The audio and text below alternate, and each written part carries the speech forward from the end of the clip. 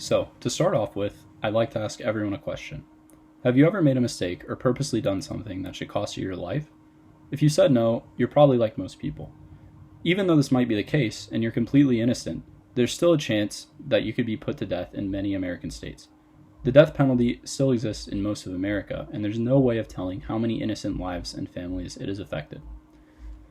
Based on this knowledge, I'm proposing that the death penalty is an unethical practice.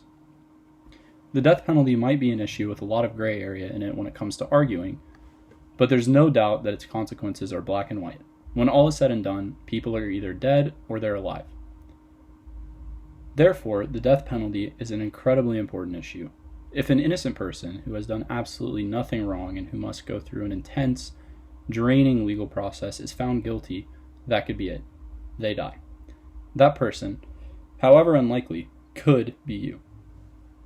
Today I will be designating the value object, talking about the value hierarchy, setting criteria for the values being discussed, and finally presenting applications that support my argument. The value object of this speech, the death penalty, is the process of ending someone's life after they are convicted of a capital crime such as murder. Next, I'll be defining the hierarchy for the values that will be discussed over the course of this speech. First, while there are many different forms of punishment, a punishment for the purposes of this argument is a negative legal consequence for the defendant of a legal case. Secondly, civil liberties, for the sake of this argument, are rights protected by law from unjust governmental interference. Now that I have defined the value object and applied a hierarchy to the values, I'm going to discuss the criteria. The first criteria is that the death penalty should not be used to punish innocent people. The second and final criteria is that the death penalty should not violate civil liberties. Now that you've heard the criteria for this argument, I'll present the applications that support my proposition. First of all, while the death penalty is something that was undoubtedly created to punish those who have committed the most heinous crimes, it is also used to punish innocent people in the process. Humans are fallible creatures, and our legal system isn't perfect. There's no way of being 100% certain of how many innocent people have been put on death row, but we do have statistics to back up the fact that there have been a significant percentage. In a 2014 piece for The Guardian, Ed Pilkington states, quote, "At least 4.1% of all defendants sentenced to death in the United States in the modern era are innocent," end quote. While this number may seem small at first, it certainly isn't insignificant.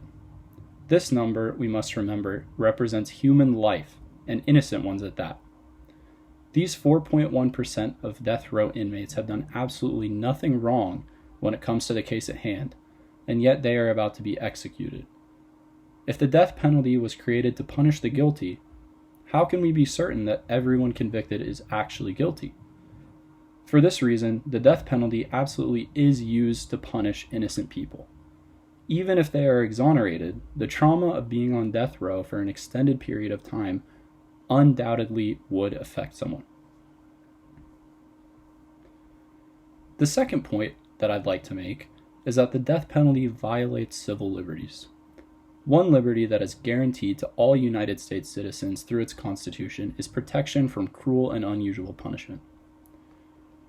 According to the 2012 piece on ACLU.org titled "The Case Against the Death Penalty," quote, "It is cruel because it is a relic of the earliest days of penology, when slavery, branding, and other corporal punishments were commonplace.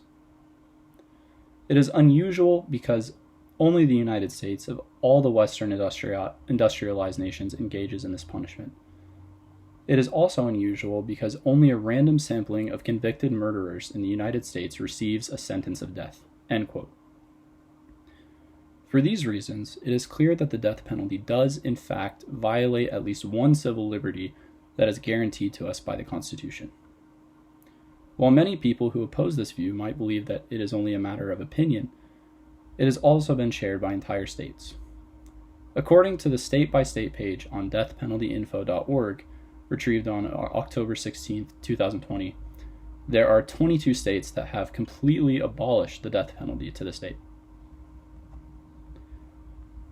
So, After hearing this argument, you should now support the idea that the death penalty is an unethical practice. Today I proved that this is true by providing evidence to support the fact that the death penalty is used to punish innocent people and that the death penalty violates civil liberties afforded to all Americans. For the reasons stated above, I urge you to vote for the opposition's case. Thank you.